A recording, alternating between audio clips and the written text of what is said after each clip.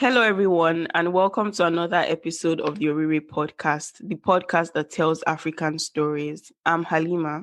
And I'm Ceci. Nice to meet you all again. And today we have with us a guest. Hi, Yvette. Can you introduce yourself? Habari, Yvette. Habari is hello in Swahili, and Yvette is Kenyan, so... Oh, okay. That's good, Halima. You actually know what habari is.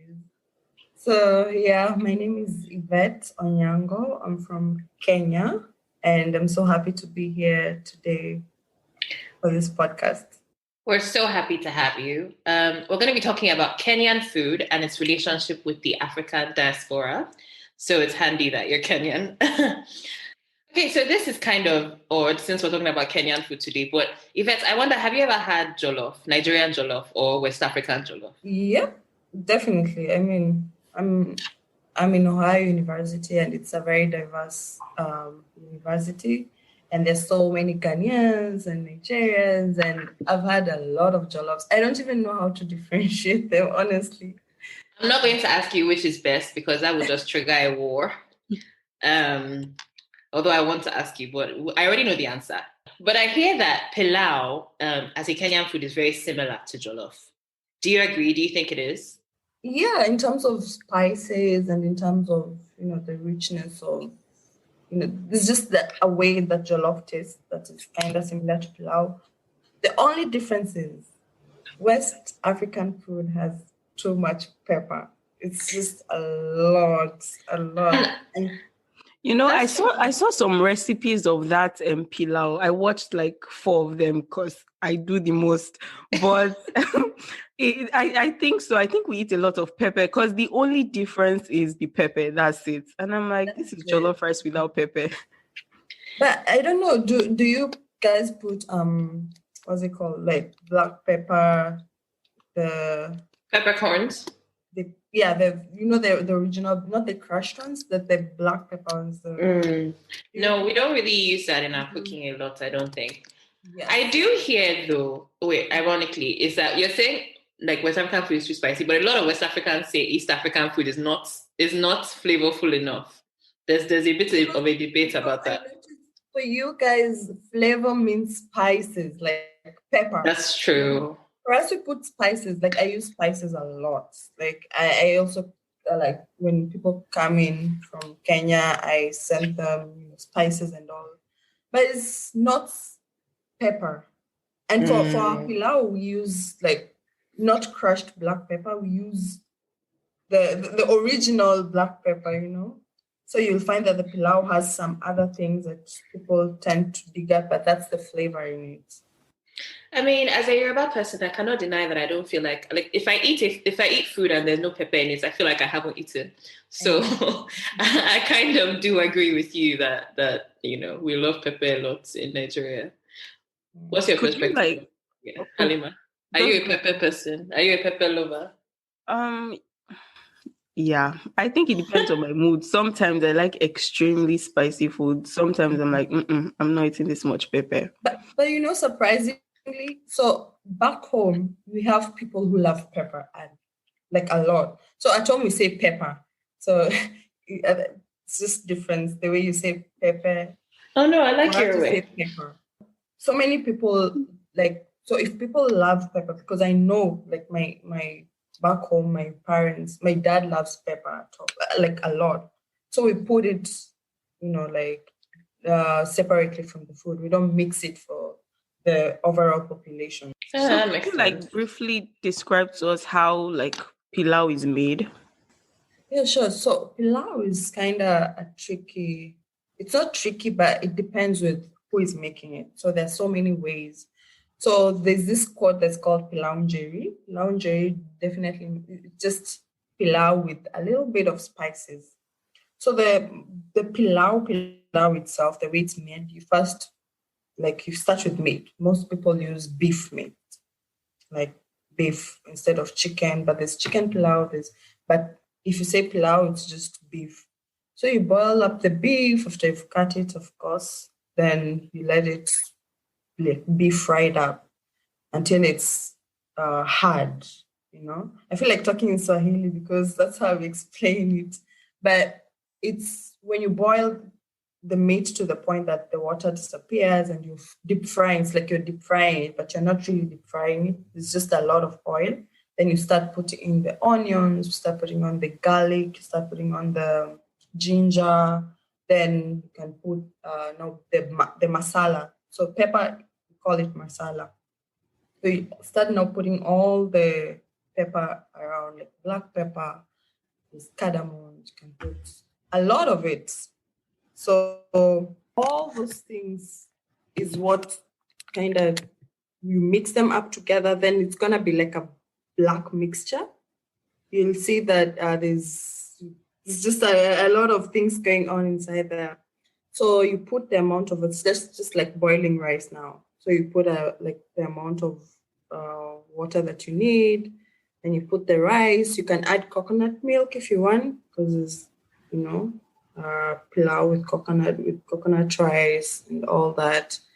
And then it just boils up, and yeah, most people use jiko. I don't know if you guys have this charcoal thing you used to cook with. Then you light it up, and so it will take hours to actually make it.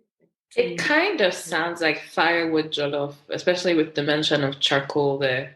Because there's, party jollof. Like in Nigeria, when there's a party, they cook it on an open fire, like with charcoal, I think, or I don't know. But it's on a firewood, and then it tastes really nice and smoky. So it sounds really good. I did notice, though, that you mentioned the word masala, and masala is pepper. And that's very similar to Indian food. I've seen that there's lots of similarities between Kenyan and Indian food. Like one of my best, East African food in general, actually. One of my best friends is Ugandan, and she makes chapati, which I think is just the most delicious thing. And that's also, I think it's of Indian origin, I believe. Mm-hmm. How did that kind of migration of flavor and food happen? All right. So in Kenya, we have so many communities, right? So we have the Luo, we have the Kikuyu, we have the Waswahili. So most people love the Swahili food because that's like the general, like so many people can eat it. I'm from a Luo, from Western Kenya, so our staple food is fish. And you find that someone from the central Kenya doesn't like fish. But overall, the whole Kenyan population prefers the Swahili food. So the Swahili people come from the coast, like the Indian Ocean coast. And that's where like there was, the trade, and there was just a lot of exchange during the pre-colonial times and, all those colonial periods of times. So they kind of came in through the Indian Ocean, and there was just that exchange of culture and food. So that's where even the Waswahili come from. Like they are all origins from Arabs and of course Indians, all that. So that's where the food came in. Because Indians have naans, we have chapati. Indians have curry, we have stew. Indians have all types of food that is just that similarity. So I think that's where it came from. In addition to what Yvette said, I think from what I found out as well is that why Indian food has such like influence in Kenya and other East African countries is because when the British brought them in to Kenya specifically to build the Mombasa Kampala railway, so they brought in over 37,000 Indians or something, and then those Indians were like more upwardly mobile than the Kenyans there, so they could employ the Kenyans as house helps and maids, and then those Kenyans learned how to make Indian food, and from there Kenyans sort of adopted those foods as theirs. So that was interesting. What do you think it was like pre-colonial times? So what were the Kenyan staples before that kind of migration started to happen? And are there any of those staples now that that kind of are still around or are still really popular? Or yeah, so before that, we have something that's called ugali. Ugali is just typically maize flour and a mixture of maize flour and water. So what happens is that, the normal maize, not this corn that's in America, there's this other kind of maize. It's from a different species, but I think you are familiar with it. So we have that maize that's really dried out. And then it's you know the way you go to the posho mill. You know what a posho mill is? I do not know. Oh my I don't goodness. know. Okay, so it's just like it's grounded, right? Yeah, it's grounded maize, dried maize. So it comes out as a flour, maize flour. The way you can have millet flour, you can have sorghum flour. So it's maize flour. So you just place boiling water and just cook it. So that's the staple food till now and before those times, because that's what, like, maize is popularly grown in Kenya. So that's what people could afford during those times before pre-colonial. I mean, during the pre-colonial period. And what they eat it with is something called skuma wiki. Skuma wiki literally means push week. That's a translation. And skuma wiki is just collard greens. So it could be easily planted. And when you eat it, you just feel full, you know? You feel like you're full. And I think that's what really helped people a lot during those days. And it's still there till now. It sounds very similar to like eba or an efo afang or something like that because of the greens and then the like flour that you cook over the hot fire. Yeah. The maize that Yvette is talking about, because I saw pictures of it, is more like the maize they sell in the roadside in Nigeria. You guys, do you know that corn? Oh, yes, Yeah. yes. Mm-hmm. The Yeah, so boiled that's one? what she's I'm talking craving it about. right now. The boiled one? You're talking about the boiled maize? They mostly boil and roast it. Anyone you Yeah, want. we Yeah. also do that. Mm-hmm. Oh, we should talk about similarities in street food as well. That brings up something interesting because boiled corn and ube is one of my favorite things ever. And we know that Nigerians have lots of different types of street food depending on the season. We have boiled groundnuts, we have fried groundnuts, we have like puff, yeah, we have fried yam on the roadside and stuff like that. What is typical Kenyan street food that you just can get, on the street? There's something called mutura. Mutura, I'm actually craving it now. Mutura is just like, the way you can boil meat or cook meat, then you mix it with blood, then you put it inside intestines of a cow or a goat, then you grill it. Oh my goodness, it's actually really good. It's really, if you tell any Kenyan about mutura, oh my goodness.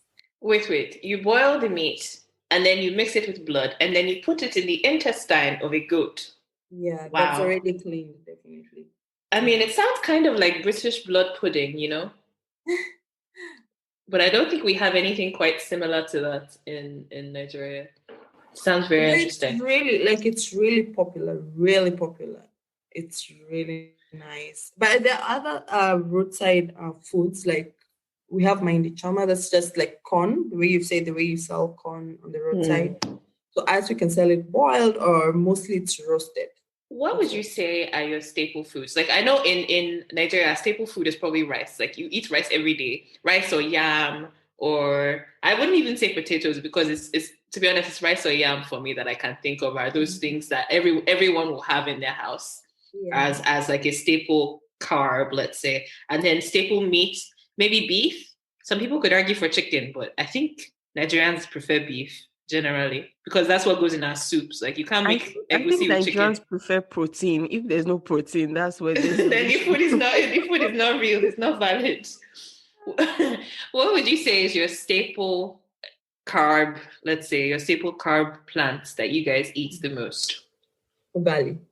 That's like it's like it exists in all households, whether you're poor or rich, because it's always available. Whether you're broke, it's always available. Ugali, and people love chapati a lot. Most people make it when there's, during special occasions. Even I love chapati. It's so good. I tried to recreate it and I can't quite do so.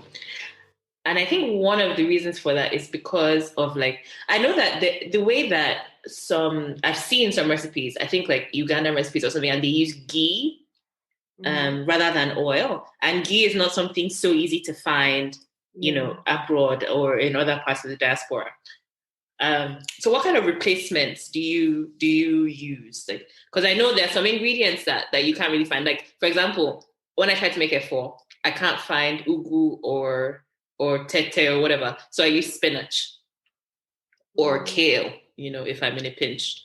But what kind of substitutes do you find, or do you generally just have a lot of African stores that really have the real thing where you live, so you never need to substitute? You mean like here or back home? No, where you are now, abroad. Oh, here.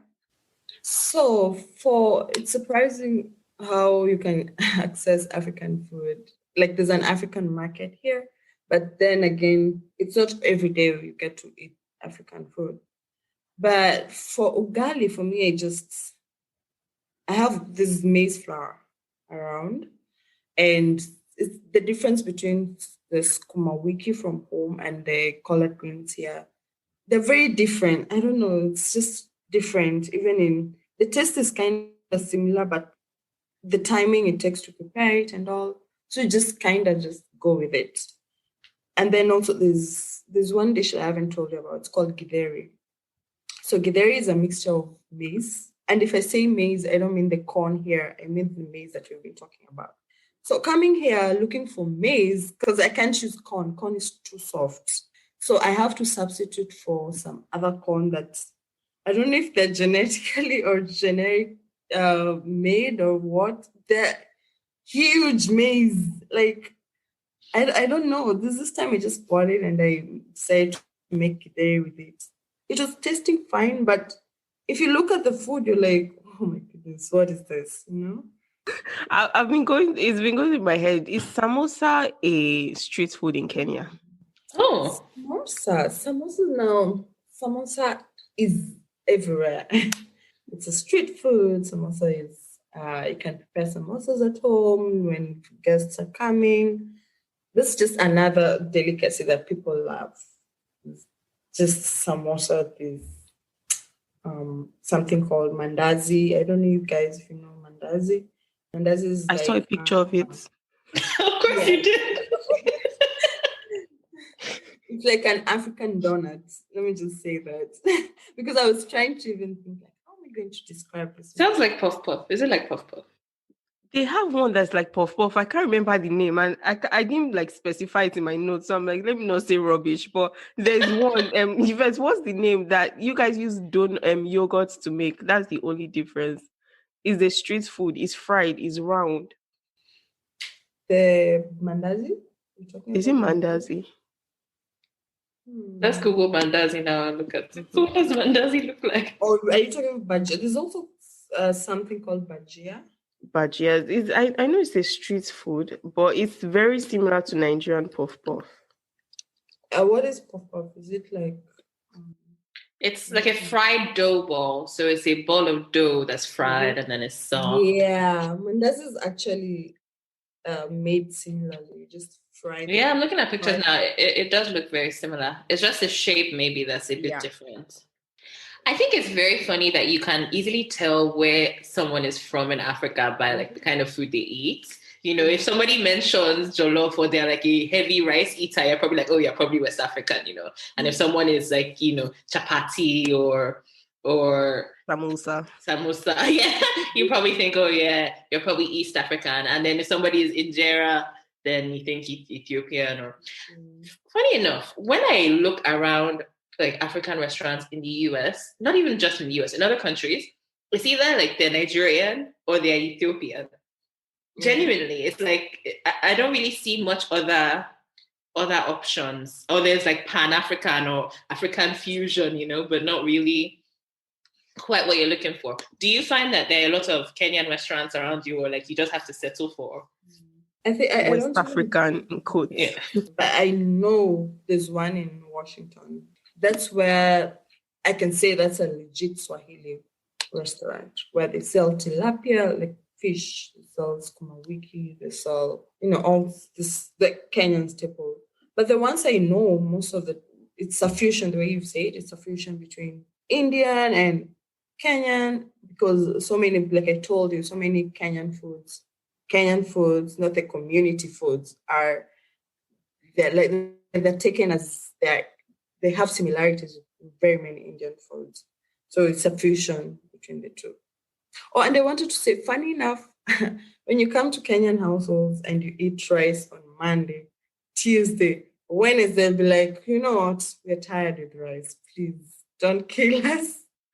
We That's a can eat lot of rice every single Like day. literally, if I don't eat rice that day, it's like, did I eat? You know, I'm even now thinking about further rice that I'm going to eat after this. because we can eat ugali from Monday, Tuesday, Wednesday, Thursday, and like so Friday and Saturday let's just do pilau or let's do chapati. Okay, so Yvette, you mentioned ugali, mandazi, sambosa, mutura. What other like Kenyan foods? Like, just give me like top 10 Kenyan foods. So I'm gonna give you a mixture of the community foods because most of them are ascribed to certain communities. So we have tilapia, like fish. The tilapia, and they say when I say fish, it's tilapia, and there's this other one that has like a cat. I think it's a catfish actually. So we have tilapia, we have mokimo. Mokimo is kind of a mashed potatoes thing mixed with some beans called njahe and some kunde, some leaves, is it leaves? Leaves is okay, leaves. Leaves. It's fine. Yeah. And we also have, I think I wrote them down somewhere. Oh, yeah. So we have ugali, we have githeri, nyama choma, mokimo, pilau, sukuma wiki, we have kachumbari. Ceci, I think I've had kachumbari before. Wait, is it like, it's kind of like tomatoes and onions and maybe cilantro or something? It's delicious. Very. Then we have coconut rice actually. People love coconut rice a lot. And then we have I mentioned chapati. That's in the list definitely. We have something called biryani actually. I forgot to tell you about yeah. Yeah, some kind of pilau, but it's different. It has so many ingredients. Like it takes hours, not even hours, I think days of preparation. I don't know. Biryani. We have matoke. Matoke is a mixture of bananas. There's this green bananas before they get ripe. It sounds like plantain. Is it like plantain or is it very different? No, it's different. It's not like plantain. It's just the unripe banana. Ah. Yeah, you can mix it with potatoes and boil it and all that, put the spices and all that. And we have chai, like tea. So the tea is very special because Kenyans grow it a lot. And we also grow coffee, but coffee for some reason is very much expensive back home. And people prefer tea. People take tea a lot. And there's this thing called tea masala. We put it in the tea. Then we have mabuyu. Mabuyu is kind of, now I'm venturing now to the snack part. So mabuyu is like, but it's kind of, it has very different colors and all. But yeah, people also like it a lot. And what about nyama choma? You guys have heard of nyama choma. Please tell me you've heard of nyama choma. I haven't had it. I don't think I really know nyama choma. Oh, nyama choma is one of the, like, that's the most preferable. Like, if you go out, like, if you tell people as a family, oh, we're going out for some nyama choma. What's it made of? Nyama choma is typically grilled meat. So you come with raw meat and you grill it. And the only difference is that it's grilled at the open, it's really good. And then you put some salt and pepper and you eat it with kachumbari and ugali. All these things you're listing sound so familiar because my Ugandan friend literally eats like all these things. And I think you guys border each other, right? Because there's so many similarities in the food that you eat. And I think you both speak Swahili as well. No, Ugandans don't speak. Tanzania. Oh, she speaks Swahili though. I don't know if it's like certain parts or I have to look into that. There's this border I think that's where she got it from, but Swahili is mostly spoken by Tanzanians only. Most Ugandans don't know Swahili, but they like one word. People are familiar with one words. Yeah.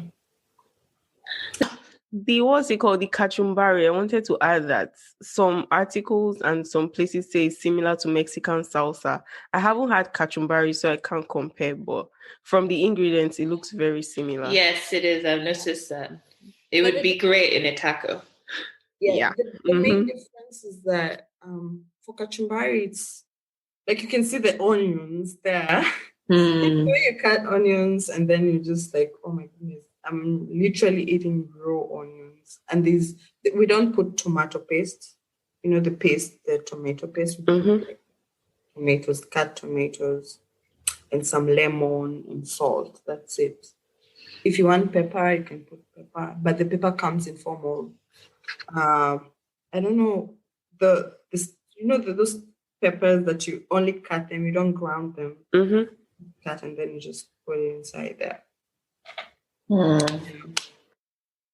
Okay, so let's talk spices. In terms of what you use to spice your food, and then let's do some comparisons. So, what are the most? I mean, okay, let's discount salt. Maybe we discount black pepper. Maybe yeah. Apart from that, what would you say are the major spices that you use? So, different foods have different spices. Like I told you, githeri has githeri masala. Then pilau has pilau masala, and it's just a mixture of all those ingredients that I told you. Like we put them dalasini. I don't know some of them in English, but you just put them raw. Feel free to speak Swahili. Yeah. I'll translate it for them. Okay. Translate it for them. Okay. I don't know the English meaning. All right, go ahead. Masala is just a ground of all those masalas that we put in pilau. Then we have something called garam masala. We have mixed spices. I think because I saw most of them here in the US. We only have the specific ones that goes with in accordance to a certain dish. For example, the way I've told you, pilau masala, githeri masala, they're named according to the dish. But most Kenyans just use the typical garam masala. You know garam masala? Yeah, no garam masala. Curry powder, all those. Yeah, I think, and black pepper. People use black pepper also a lot. So mostly it's like pre-mixed spices for the particular thing you're cooking. Yeah, it just depends. And we have Royco cubes. So we have I think I've seen it. What's this other name? Those cubes, small ones. Like Maggi? Yeah, or Nor cubes. So, yeah, for Kenyans, it's Royco cubes. I think Royco was big in Nigeria at some point. What happened? It was. Or is it still? And I just don't use it. Like I just don't know. I think they're out of business. I'm not sure because no one uses Royco that much anymore in Nigeria, Sha. Anyway, we could drive everybody out of business eventually. Yeah. I just wanted to add that on the similarity Ceci said between Kenya and Uganda. I don't know how true this is, but like it's probably accurate, but you guys know how they brought in the Indians, the story I told you. So it was a railway that they were constructing between Mombasa and Kampala. So Mombasa is in Kenya and Kampala is in Uganda. So maybe some people migrated on stuff, but the railway has not been functioning since the British left Kenya. Welcome to Africa, guys. So maybe the people that like moved and stuff when it was still functioning, that could have happened. And that's probably a good explanation. It's always like that. I mean, if you see someone from Benin, you might not be able to tell them apart from like a Nigerian, even from the way they talk or something. Still be similarities.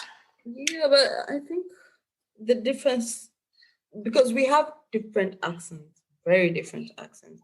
I wasn't able, honestly, I don't know if this will offend you guys, but I wasn't able to tell Nigerian and Ghanaian accent before I came. What? No, it's always like that. No, I completely believe you. Do you know why? Because you always think that like your accents are so different from each other until you move somewhere and then you realize actually no. Because, for example, to me in Nigeria, your accent sounds very similar to my Ugandan friend's accent.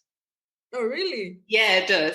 So you wouldn't really, I mean, unless you're in that culture. And I find that, like, I mean, I always try to say we should definitely, highlight and appreciate our cultural differences, but it's also interesting to see how many similarities we have as well. And often you are blind to those similarities until someone else is looking at it and you're seeing it from the outside in. Because you don't really, like, if someone told me I sounded like a Ghanaian, I'd be like, what?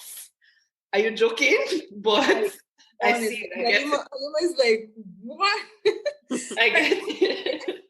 So, honestly, even Ceci, I didn't know you're from Nigeria. I honestly don't. I can, and for us, for East Africans, the Tanzanian have like really good Swahili, and our Swahili is mixed with a little bit of English. Like I can talk fluent Swahili, and for Ugandans, they don't talk Swahili. So, and also the way they talk English is very different from how we talk English. So for me, I can notice the difference, but the way you say you can't notice the difference between a Ugandan and the Kenyan, but yeah. Well, me, because I'm very nosy, I can tell the difference. Yeah, because Kenyans, we pronounce every single word. Like, yeah, every single word. I mostly just guess, but I usually guess correctly. So I'm like, you're Kenyan, you're Tanzanian. To be honest, I want to get more experience with different African accents because I there are lots of them that I can't tell apart. Like European accents now, because I've lived in Europe for so long, I can't tell them apart. But because, I haven't really lived among, let's say, East Africans or South Africans, or I can't really tell the different accents apart. So I think it just depends on what kind of experience you have and who are the people that, you speak to. And that's how you'll be able to. Mm-hmm. I also think from food, it just shows like how, what's it called? How diverse the African continent is and how we're really not the same. And people should really stop putting us in the same. Together, yeah. While there's some similarities, they're like huge differences. Huge. I'm like we're not in monolith at all. I'm like, I feel like Kenyan food would be very similar to Nigerian food. But when I was checking, I'm like, nah. So that was really interesting to see. This is this thing. Oh my goodness. I've never in my life seen a mixture of, for example, shrimp, meat, beans together, Like there's just a lot of mixture. That was just an example. That sounds like Ghanaian food, not Nigerian. Beans and meat and shrimp? That doesn't sound familiar to me. No. I thought you say shrimp and meat, and I said, yes, any good plate of F4 you see there, don't worry. But when you added beans, I said, no, that's Ghanaian people. The Nigerians do that also, like mix a lot of. Yeah. We mix, our seafood stew, for example, if a Nigerian cooks for you seafood, vegetable soup, it'll have snails in it and shrimp. It'll have beef in it. Everything is seafood shop.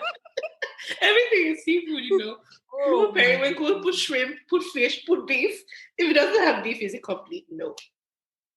So we don't do that at all. Shaki, that's seafood to me, Shaki is like, it's cow. What's shaki exactly?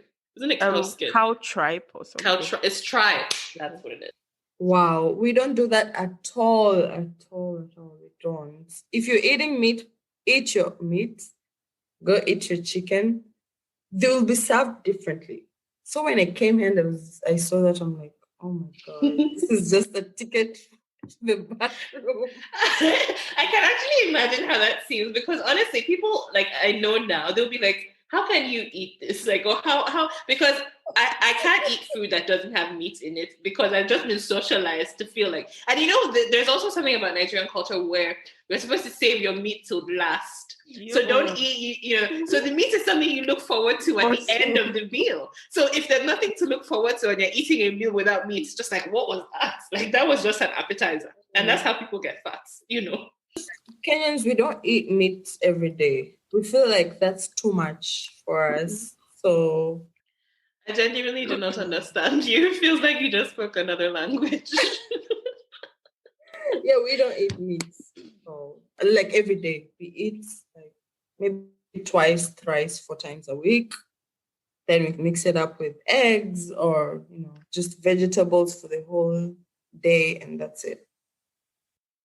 It's good. It sounds a lot healthier, to be honest. But yeah, I'll try and incorporate more Kenyan food into my diet, but I don't think that I'm gonna go quite all the way because